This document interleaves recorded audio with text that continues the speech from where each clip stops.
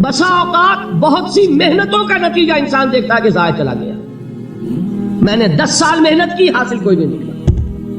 یہ ثمرات کیا ہے؟ محنتوں کے ثمرات کا ضیاع۔ کوشش آپ نے کی، قسمت کی خوبی دیکھی ہے، ٹوٹی کہاں کمن، 2-4 ہاتھ جب کے لبے بام رہ گئے۔ Be prepared. ایک شاعر کے یہ اشعار ہیں، وہ کمیونسٹ تھا، میں نام بھی نہیں لیتا، لیکن یہ کہ یہ اسی انقلابی، چونکہ ان کا بھی ایک انقلابی نظریہ ہے، انقلابی عمل میں یہ سارے مراحل آتے ہیں۔ کوئی سیٹ بیک آیا فرض کیجئے، کوئی ناکامی ہو گئی، تو اپنے ساتھیوں کو دل بندھانے کے لیے یہ فصل امیدوں کی ہمدم اس بار بھی غارت جائے گی، سب محنت صبحوں شاموں کی اب کے بھی اکارت جائے گی۔ میرے نبی کے ثمرات کا جو لفظ یہاں آیا ہے، وَنَقْصٍ مِّنَ الْأَمْوَالِ وَالْأَنفُسِ وَالثَّمَرَاتِ، سب محنت صبحوں شاموں کی اب کے بھی اکارت جائے گی۔ دھرتی کے کونوں کھدروں میں پھر اپنے لہو کی کھاد بھرو، پھر مٹی سینچو اشکوں سے، پھر اگلی رت کی فکر کرو، پھر اگلی رت کی فکر کرو، جب پھر ایک بار اجڑنا ہے۔ ایک فصل پکی تو بھر پایا، تب تک تو یہی کچھ کرنا ہے، ایک مقصد ہے سامنے، انقلاب برپا کرنا ہے۔ ایک کوشش ناکام ہو جائے کوئی پرواہ نہیں، نیکسٹ، پھر تیار رہو ناکامی کے لیے۔ ایسا نہ ہو جو انگریزی میں کہتے ہیں hope for the best but be prepared for the worst. ایسا نہ ہو کہ دوسری مرتبہ ناکام ہو کے بددل ہو جاؤ، تمہاری ہمتیں جواب دے جائیں، نہیں، پہلے سے تیار رہو کہ دوسری مرتبہ بھی ناکامی آئے تو آئے، لیکن جب تک کہ کامیابی حاصل نہیں ہوتی ہمیں یہ کام کیے چلے جائیں۔ دیکھیے سیرت میں آیا کہ نہیں یہ واقعہ؟ بدر میں مسلمانوں کو فتح ہوئی تو احد میں زک پہنچی کہ نہیں؟ 70 صحابہ شہید ہوئے کہ نہیں؟ اگر ان کی ہمتیں جواب دے جاتی تو گاڑی کیسے چلتی آگے؟ تو فرمایا وَلَنَبْلُوَنَّكُمْ بِشَيْءٍ مِّنَ الْخَوْفِ وَالْجُوعِ وَنَقْصٍ مِّنَ الْأَمْوَالِ وَالْأَنفُسِ وَالثَّمَرَاتِ، ہم تمہیں لازم آزمائیں گے، خوف کی کیفیت سے، فقر و فاقے کی کیفیت سے، بھوک سے، جان کے نقصان سے، مال کے نقصان سے، محنتوں کے حاصل کے ضائع ہو جانے سے۔ وَبَشِّرِ الصَّابِرِينَ، اور اے نبی بشارت دیجئے صبر کرنے والوں کو۔ الَّذِينَ إِذَا أَصَابَتْهُمْ مُصِيبَةٌ، وہ کہ جب ان پر کوئی تکلیف آئے، کوئی مصیبت آئے، کوئی آزمائش آئے، قالوا انا للہ و انا الیہ راجعون، وہ یہ کہیں کہ ہم اللہ ہی کے ہیں، اللہ ہی کی طرف لوٹ جانا ہے۔ یہ وہی انداز ہے جو میں نے فارسی کا شعر سنایا تھا آپ کو کہ سر تسلیم خم ہے جو مزاج یار میں آئے۔ وہ ہمارا مولا ہے، ہمارا آقا ہے، اگر اسے یہی منظور ہے تو ہمیں بھی یہی منظور ہے۔ میں نے تسلیم و رضا کی بات کی تھی نا، آپ کو کچھ شعر سنائے تھے، ایک شعر اور سنیے، اور یہ کس کا ہے؟ محمد علی جوہر کا۔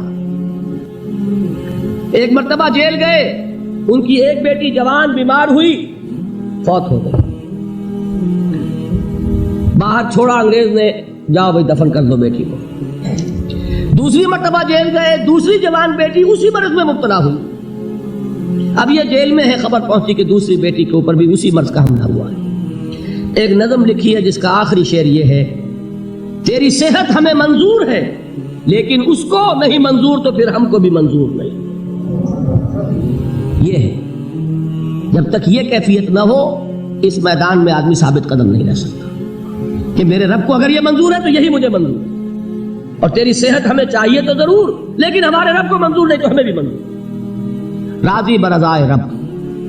وَبَشِّرِ الصَّابِرِينَ الَّذِينَ إِذَا أَصَابَتْهُمْ مُصِيبَةٌ قَالُوا إِنَّا لِلَّهِ وَإِنَّا إِلَيْهِ رَاجِعُونَ۔ نہ شود نصیب دشمن کے شود ہلاک تیغت، سر دوستہ سلامت کے تو خنجر آزمائے۔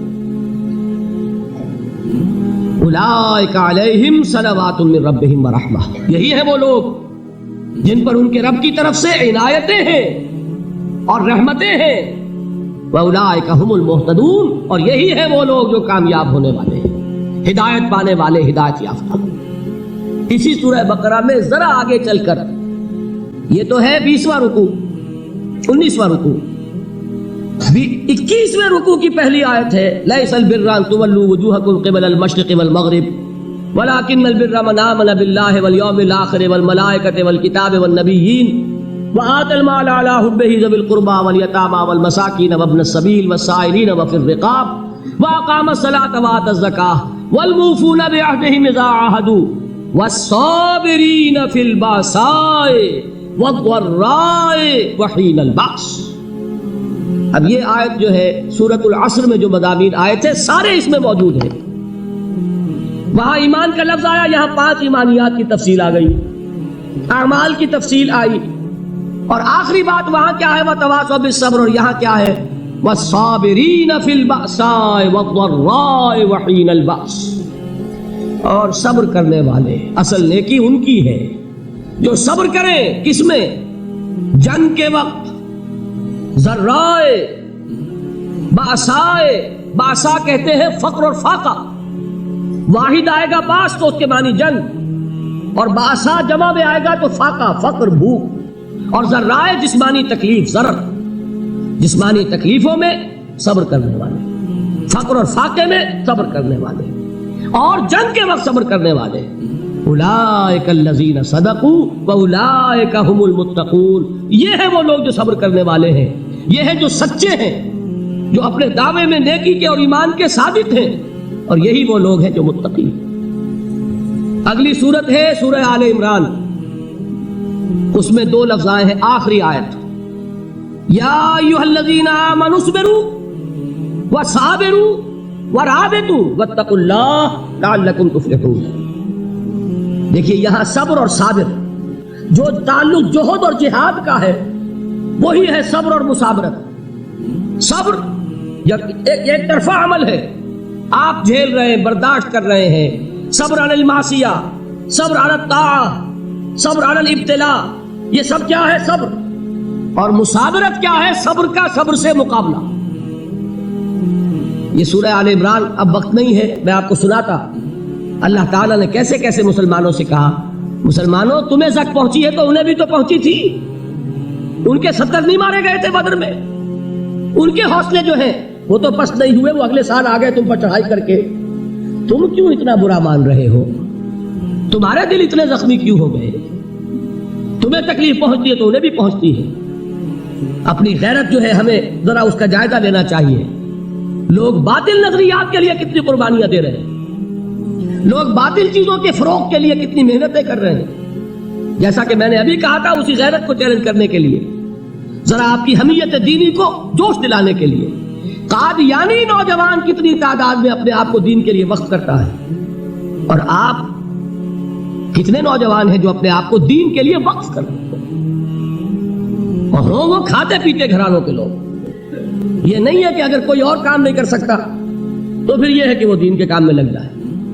باصلاحیت لوگ، کھاتے پیتے لوگ، ذہنی استعداد رکھنے والے لوگ، اونچے گھرانوں کے لوگ، وہ وقف کریں اپنے آپ کو دین کے لیے۔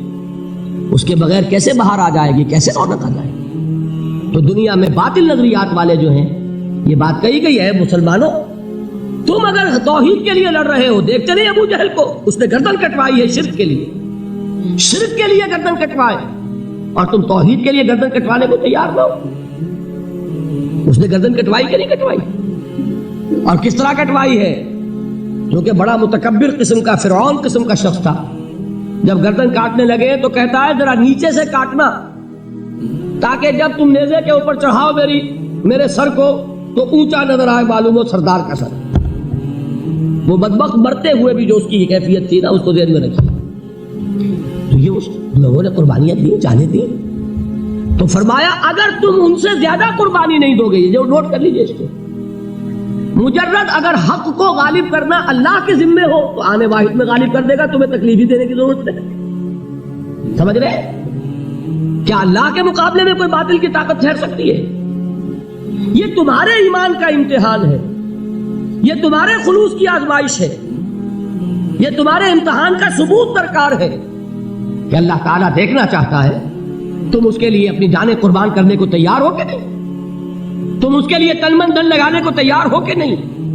اور یہ جان لو کہ اگر کفار اور مشرکین اور ملحدین اور باطل نظریات والے وہ جو کچھ قربانیاں اپنے باطل نظریات کے لیے دے رہے ہیں، ان سے زیادہ اگر تم نہیں دو گے تو حق غالب نہیں ہوگا۔